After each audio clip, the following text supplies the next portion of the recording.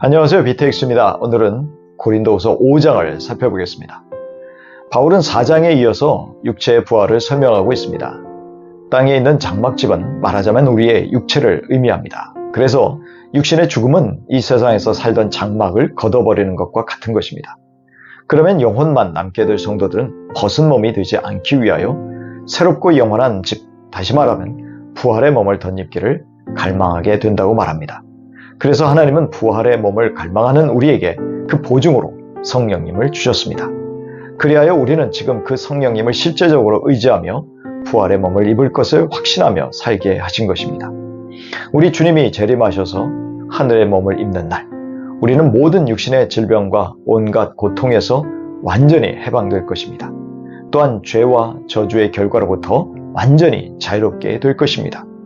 이렇게 성령님이 우리 속에 내주하시면서 부활의 소망을 더욱더 강력하게 붙잡게 하시기에 바울은 언제나 마음이 든든하다고 합니다.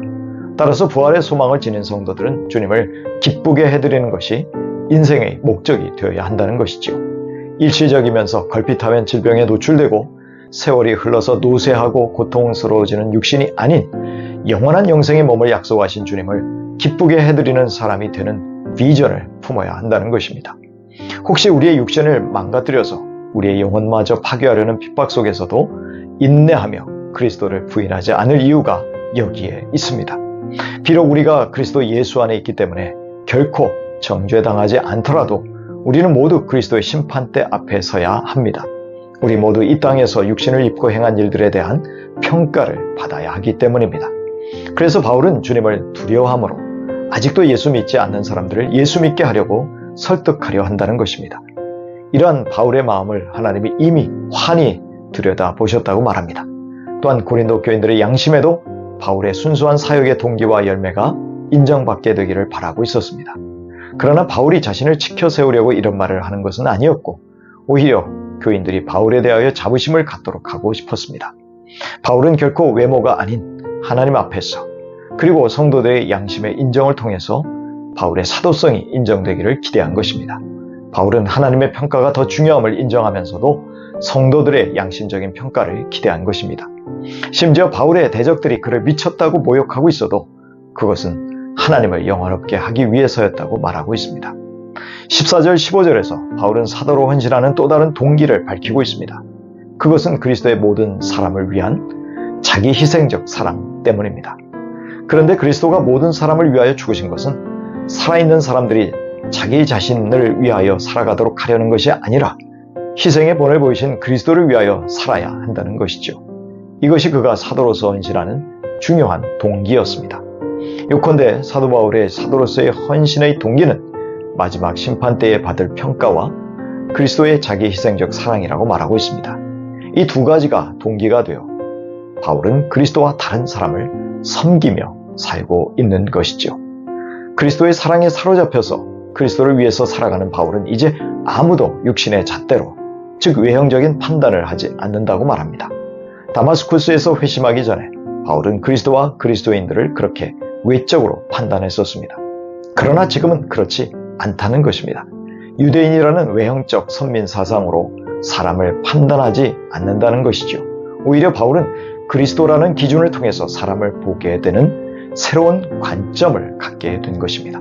그래서 누구든지 그리스도 안에서 하나님과 화목된 사람은 새로운 피조물, 새로운 창조물이 되었다고 본 것이지요. 과거의 외적 조건들은 이제 무의미해졌습니다. 이제 하나님은 그리스도 안에서 믿는 새로운 인류를 재창조하신 것입니다. 하나님은 그리스도를 내세우셔서 우리들과 당신이 화목하게 하셨습니다. 그리스도는 하나님의 뜻을 받들어 사람들과 화목하도록 기꺼이 자기를 들이셨습니다. 그리고 하나님은 바울과 전도자들에게 화해의 직분을 맡겨주셨습니다. 그리스도의 속죄사역의 결과로 하나님은 더 이상 사람들의 죄를 따지지 않으신다는 용서와 화목의 메시지, 복음 전파를 사도들에게 맡기신 것입니다. 그러므로 하나님은 바울을 비롯한 전도자들을 그리스도의 대사로 임명하셔서 고린도 교회에게 하나님과 화해하라는 메시지를 전하고 계십니다. 고린도 성도들은 이미 하나님을 믿고 하나님과 화해하였으나 죄로 인한 긴장 상태에 있었기 때문입니다. 그렇게 본다면 하나님과 화목된다는 것은 그리스도를 믿는 것과 함께 새롭고 거룩한 삶도 포함하는 것임을 알 수 있습니다.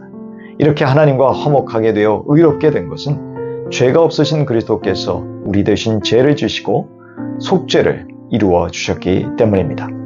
하나님은 그리스도를 십자가에서 죽게 하셔서 보배로운 피를 흘려 우리의 죄를 대속하셨습니다. 그리스도는 기꺼이 우리와 하나님과의 화해를 위한 중재자로 고난을 당하셨습니다. 그렇다면 우리는 하나님과 화해하기 위해 어떤 반응을 보여야 할까요? 하나님이 치르신 값비싼 대가에 대한 반응은 무엇입니까?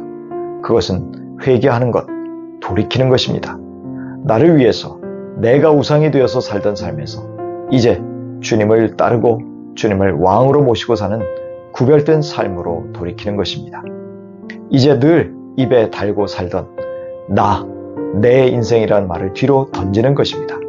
이것이 하나님과 진심으로 화해한 하나님의 자녀의 모습임을 알아야 합니다. 고린도후서 5장 15절입니다.